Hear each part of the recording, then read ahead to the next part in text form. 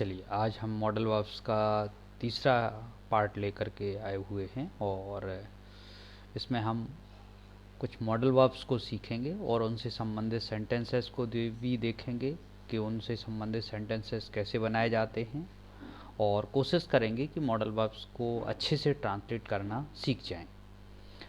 चलिए समय ना वेस्ट करते हुए मीन्स फर्स्ट हम मॉडल वर्ब जो आज ले रहे हैं वह है वुड। तो देखिए वुड का प्रयोग किस चीज़ के लिए किया जाता है? टू एक्सप्रेस आवर डिज़ायर्स, अपनी इच्छाओं को बताने के लिए किया जाता है। यदि आप अपनी इच्छाओं को बताना चाहते हैं तो आपको क्या लगाना पड़ेगा? वुड।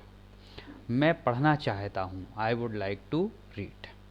तो चाहता हूँ इसके लिए आपने लाइक टू लगाया हुआ है। मैं पढ़ना चाहता हूँ, I would like to read. I would read भी बोल सकते हैं आप इसे। वह लिखना चाहता है, he would like to write या ही वुड राइट। वे एक किताब खरीदेंगे, they would buy a book. वे एक किताब खरीदना चाहते हैं तो आप कैसे बनाएंगे? They would like to buy a book. आप जैसा चाहे वैसा लिख सकते हैं। हम पानी भरना चाहते हैं। चलिए कुछ और सेंटेंसेस देखते हैं। हम पानी भरना चाहते हैं, इसको कैसे बनाएंगे ये देखते हैं।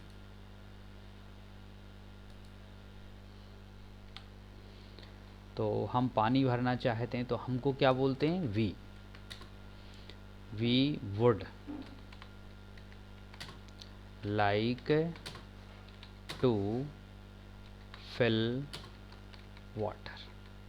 We would like to fill water. हम पानी भरना चाहते हैं। नेक्स्ट है आकाश एक पत्र लिखना चाहता है। इसको कैसे बोलेंगे? आकाश सबसे पहले आएगा, सब्जेक्ट है वाक्य का। Akash would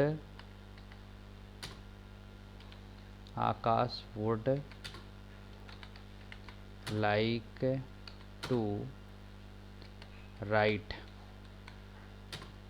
uh letter. Akash would like to write a letter, इस तरीके से बन जाएगा। नेक्स्ट हमारा सेंटेंस है वह एक कहानी लिखना चाहती है। यहाँ पर एक लड़की है तो इसलिए सी वुड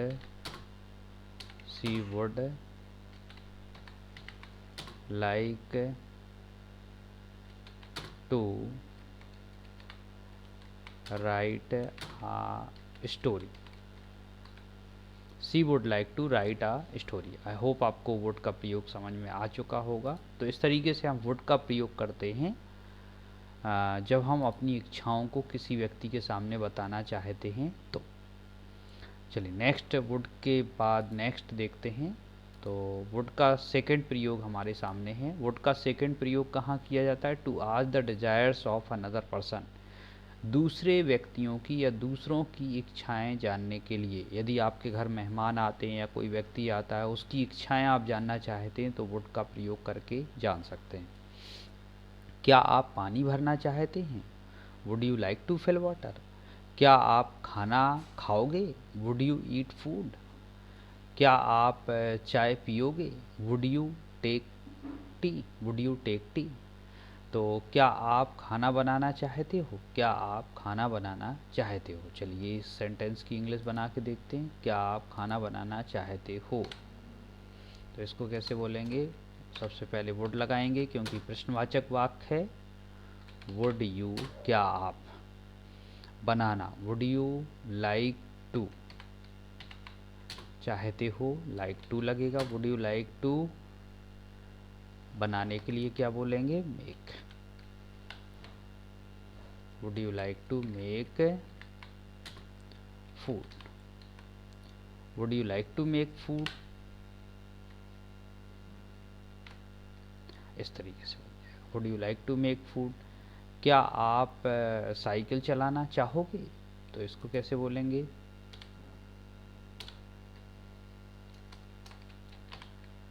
वुड यू, चलाओगे तो लाइक टू लगाने की ज़रूरत नहीं है। Would you ride a bicycle.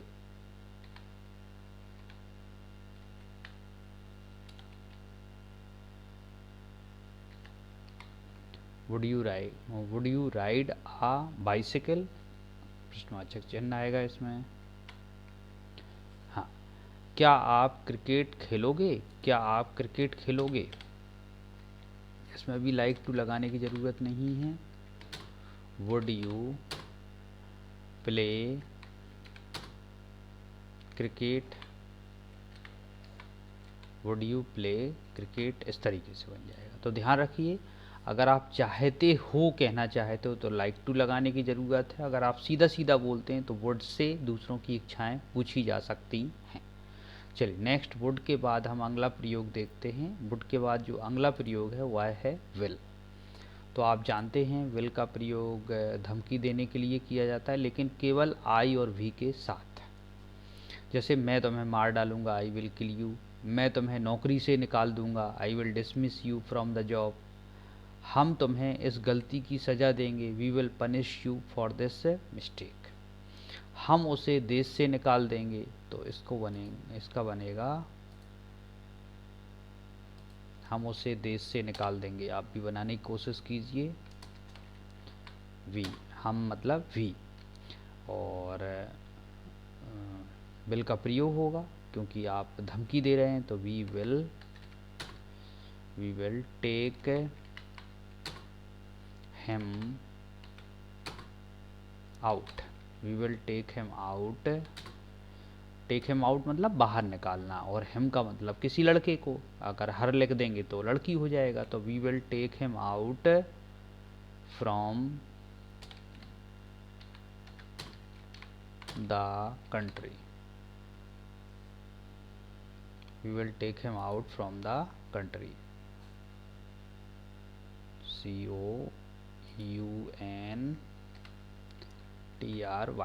We will take him out from the country. मैं तुम्हें नहीं छोड़ूंगा, ये भी धमकी हो गई। I will not leave you, I will not leave you. कभी कभी लड़ाई होती है और उसमें अपन धमकी देते हैं सामने वाले को, मैं तुम्हें नहीं छोड़ूंगा, तो उस समय हम आई विल नॉट लीव यू ऐसा बोलेंगे। मैं तुम्हें घर से निकाल दूंगा, इसको कैसे बनाएंगे, मैं तुम्हें घर से निकाल दूंगा। मैं को बोलेंगे I will take you out, I will take you out, तुम्हें निकाल दूंगा तो टेक यू आउट ऐसा बोला जाएगा। उसे निकाल दूंगा तो टेक हिम आउट। तो I will take you out कहाँ से, from the home, I will take you out from the home, from the house, कुछ भी लिख सकते हैं आप। इस तरीके से हमने विल का प्रयोग किया हुआ है। I hope you are understanding these all very perfectly. Now next will के प्रयोग में आते हैं। तो नेक्स्ट विल का प्रयोग कहाँ किया जाता है, टू एक्सप्रेस डिटर्मिनेशन, दृढ़ निश्चय बताने के लिए। ये भी आई ओ वी के साथ किया जाता है। जैसे मैं यह काम अवश्य करूँगा, आई विल डू दिस वर्क। बड़े गुस्से में आकर के आप बोलते हैं कि मैं ऐसा काम करूँगा ही, तो I will do this work. मैं तुम्हारी किताब अवश्य पढ़ूंगा, I will read your book. हम आज पानी अवश्य भरेंगे, we will fill water today. Next, हम आज स्कूल जरूर जाएंगे, ये भी एक दृढ़ निश्चय है। हम आज स्कूल जरूर जाएंगे मतलब हमने ठान लिया तो ठान लिया। तो हमको क्या बोलेंगे, we will go to the school today, we will go to the school today. Next है, मैं यह किताब ज़रूर खरीदूंगा, मैं यह किताब ज़रूर खरीदूंगा। इसको बोलेंगे इंग्लिश में I will by this book, I will by this book, ज़रूर खरीदूंगा। नेक्स्ट बनेगा, मैं कल तुम्हारे घर अवश्य आऊँगा। इसको बोलेंगे आई, मैं को आई बोलेंगे, I will come your, I will come your home tomorrow. I will come your home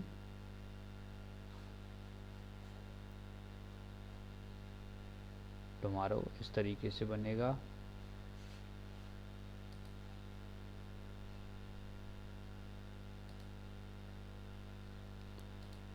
TOMORRO tomorrow, I will come your home tomorrow, इस तरीके से बन जाएगा। चलिए नेक्स्ट देखते हैं। नेक्स्ट है सेल का प्रयोग। सेल का प्रयोग कहाँ किया जाता है? देखिए सेल का प्रयोग टू गिव थ्रेट, इसका भी प्रयोग धमकी देने के लिए किया जाता है, लेकिन सेकंड और थर्ड पर्सन के साथ। ध्यान रखिए फर्स्ट पर्सन के साथ सेल का प्रयोग नहीं होता है धमकी देने के सेंस में, सेकंड और थर्ड पर्सन के साथ। मतलब आई भी को छोड़ कर के जितने भी सब्जेक्ट बचेंगे वो सभी सेकंड और थर्ड पर्सन के कहलाते हैं। जैसे वह तुम्हें मार डालेगा, ही शैल किल यू। वे तुम्हें नौकरी से निकाल देंगे, they shall dismiss you from the job. Mahesh तुम्हें इस गलती की सज़ा देगा, Mahesh shall punish you for this mistake. उसे देश से निकाल दिया जाएगा, ये एक्चुअली पैसिव वॉइस का वाक्य है, तो इसको कैसे बनाएंगे देखते हैं। उसे मतलब ही, देश से निकाल दिया जाएगा, he shall be taken out from the country, they shall be taken out from the country, इस तरीके से बन जाएगा ये।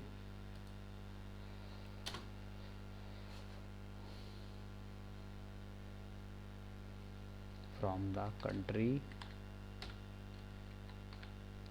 दे shall be taken out from the country. तो ध्यान रखिए इसमें देखिए शैल बी का प्रयोग हुआ है और साथ साथ में टेकन का प्रयोग हुआ है, वर्ब का थर्ड फॉर्म, क्योंकि ये पैसिव वॉइस का वाक्य है। अगला सेंटेंस हम ट्रांसलेट करके देखते हैं। अगला सेंटेंस है हमारे सामने, तुम्हें इस गलती की सज़ा दी जाएगी, तो इसको बोलेंगे you shall be punished for this mistake, you shall be punished for this mistake. Vipin को स्कूल से कल निकाल दिया जाएगा, तो इसको कैसे बनाएंगे, ये भी पैसिव वॉइस का वाक्य है। तो Vipin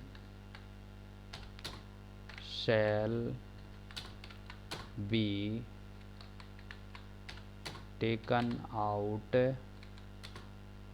from the school,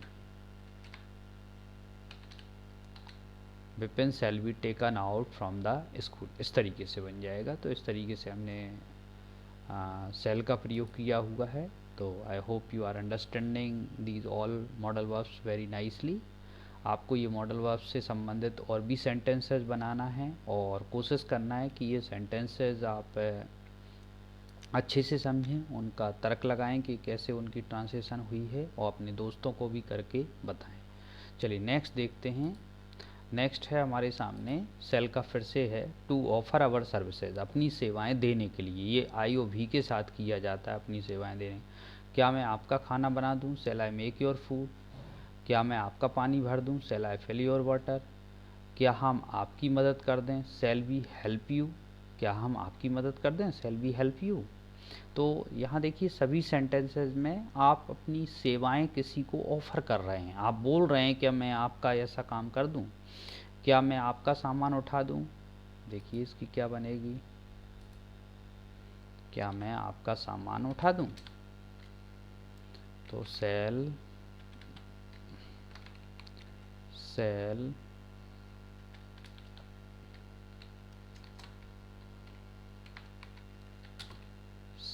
I lift यानी उठाना, shall I lift your luggage, shall I lift your luggage, ऐसा बन जाएगा। नेक्स्ट है क्या मैं आपका यह काम कर दूं। क्या मैं आपका यह काम कर दूं, तो shall I do your this work, shall I do your this work, ऐसा। क्या मैं आपका होमवर्क कर दूं? इसको देखते हैं कैसे बनाएंगे। आई shall I do your homework? shall I do your homework? ऐसा बोलते हैं, shall I do your homework? I hope आपने ये समझ लिया है shall का प्रयोग, कैसे shall का प्रयोग किया जाता है अपनी सेवाओं को देने के लिए। इसका मतलब है हम अपनी ओर से ऑफ़र कर रहे हैं कि हम आपका काम करने के लिए तैयार हैं, आपको सेवा देने के लिए तैयार हैं। तो ऐसा कहने के लिए हम shall का प्रयोग करते हैं। लेकिन ध्यान रखिए, ये प्रयोग केवल आई और भी के साथ किया जाता है। चलिए नेक्स्ट देखते हैं। नेक्स्ट है नीड नॉट। अब ये नीड नॉट क्या होता है? टू एक्सप्रेस नेगेशन, कोई भी आपको अनुमति ना देना हो उसके लिए हम नीड नॉट का प्रयोग करते हैं। आवश्यकता नहीं के अर्थ में, ज़रूरत नहीं के अर्थ में। तुम्हें खाना खाने की आवश्यकता नहीं है, you need not eat food.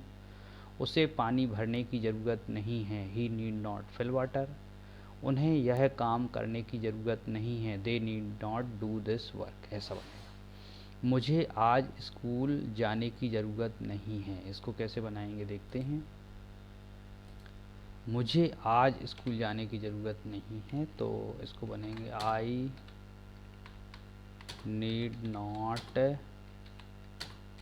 Go to the school, I need not go to the school कब टुडे।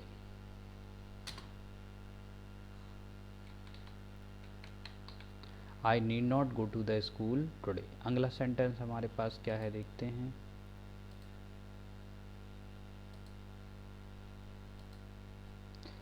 उसे आज यहाँ आने की ज़रूरत नहीं है, तो उसे को क्या बोलेंगे? सी बोल सकते हैं, लड़की है तो सी बोल सकते हैं। She need not come here today, she need not come here today. Kamal को यह किताब पढ़ने की ज़रूरत नहीं है, इसको बोलेंगे कमल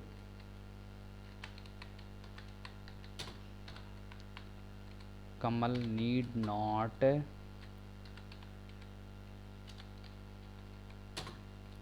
रीड दिस बुक,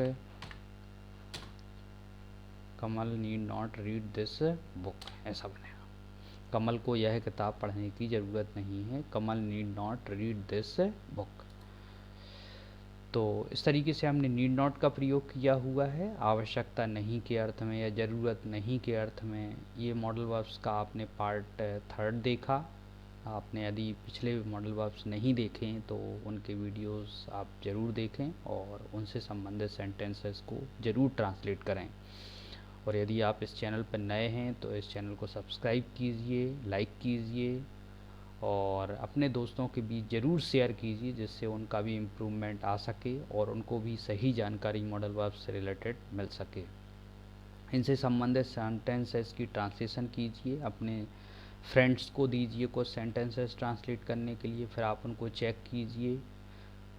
इस तरीके से आप काफ़ी जल्दी मॉडल वर्ब्स को सीख पाएंगे। Thank you very much. फिर मिलते हैं नेक्स्ट वीडियोज़ में। Thank you.